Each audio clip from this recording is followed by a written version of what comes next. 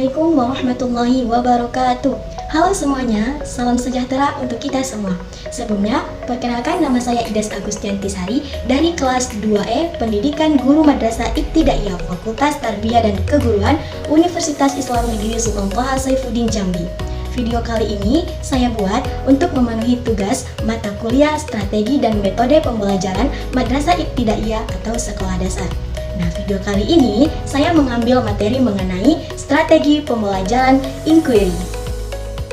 Jadi, sebelum itu kita harus tahu terlebih dahulu apa sih strategi pembelajaran inquiry ini. Jadi, strategi pembelajaran inquiry yang itu berasal dari kata to inquiry, yang artinya ikut serta atau terlibat mengajukan pertanyaan-pertanyaan, mencari informasi, kemudian melakukan penyelidikan. Strategi pembelajaran inquiry ini menekankan kepada mencari, kemudian menemukan. Materi tidak diberikan secara langsung, akan tetapi siswa di sini mencari materinya secara mandiri. Guru sebagai fasilitator dan pembimbing dalam proses belajar tersebut. Kemudian, sebelum kita memasuki atau membahas materi tentang strategi pembelajaran inquiry ini, pasti timbul pertanyaan, mengapa sih saya memilih strategi pembelajaran inquiry ini? Jadi alasannya yaitu, menurut saya strategi pembelajaran inquiry ini sangat bagus sekali untuk diterapkan atau dilaksanakan dalam proses pembelajaran. Karena dalam strategi pembelajaran inquiry ini, siswanya mampu untuk mengembangkan cara berpikir mereka secara sistematis, kemudian secara logis dan kritis. Kemudian, siswa di sini juga akan berperan aktif dalam proses belajar mengajar. Kemudian, siswa tidak hanya menerima informasi dari guru, akan tetapi mereka bisa mencari informasi secara mandiri, sehingga tercapainya tujuan pembelajaran tersebut, yaitu mengembangkan kemampuan berpikir mereka secara sistematis, logis, dan kritis. Dan juga saya rasa alasan ini sesuai dengan apa yang harus diperhatikan dalam memilih strategi pembelajaran. Karena dalam memilih strategi pembelajaran itu, hal-hal yang harus diperhatikan adalah salah satunya yaitu tujuannya. Nah, seperti yang saya jelaskan tadi, tujuan dari strategi pembelajaran inquiry ini adalah mengembangkan kemampuan berpikir anak secara sistematis, logis, dan kritis. Selanjutnya, yang akan kita bahas yaitu sintaks atau langkah-langkah metode inquiry. Secara umum, proses pembelajaran metode inquiry ini dapat melakukan langkah-langkah sebagai berikut. Yang pertama, ada orientasi. Pada tahap ini, guru melakukan langkah untuk membina suasana atau iklim pembelajaran yang kondusif. Hal yang dilakukan dalam tahap orientasi ini adalah yang pertama menjelaskan topik tujuan dan hasil belajar yang diharapkan dapat dicapai oleh siswa. Kemudian yang kedua, menjelaskan pokok-pokok kegiatan yang harus dilakukan oleh siswa untuk mencapai tujuan pada tahap ini. Dijelaskan juga langkah-langkah inquiry serta tujuan setiap langkah, mulai dari rangka merumuskan masalah sampai dengan merumuskan kesimpulan. Kemudian yang ketiga, menjelaskan pentingnya topik dan kegiatan belajar.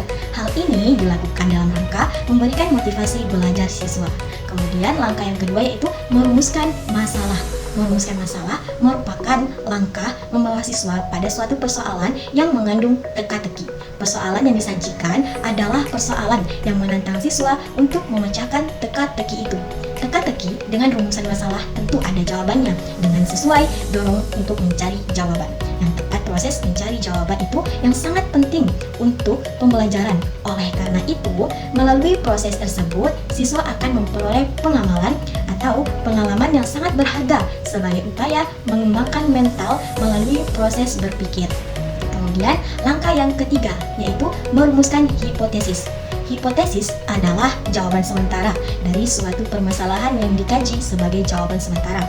Hipotesis perlu diuji kebenarannya. Salah satu cara yang dapat dilakukan guru untuk mengembangkan kemampuan menebak atau berhipotesis pada anak adalah dengan mengajukan berbagai pertanyaan yang dapat mendorong siswa untuk dapat merumuskan jawaban sementara atau dapat merumuskan berbagai perkiraan kemungkinan jawaban dari suatu permasalahan yang dikaji. Kemudian yang keempat yaitu mengumpulkan data. Mengumpulkan data adalah aktivitas mencari informasi yang dibutuhkan untuk menguji hipotesis yang diajukan. Dalam pembelajaran inquiry, mengumpulkan data merupakan proses mental yang sangat penting dalam pengembangan intelektual. Proses pengakuan data bukan hanya memerlukan motivasi yang kuat dalam belajar, akan tetapi juga membutuhkan ketekunan dan kemampuan menggunakan potensi berpikirnya. Kemudian yang kelima yaitu menguji hipotesis.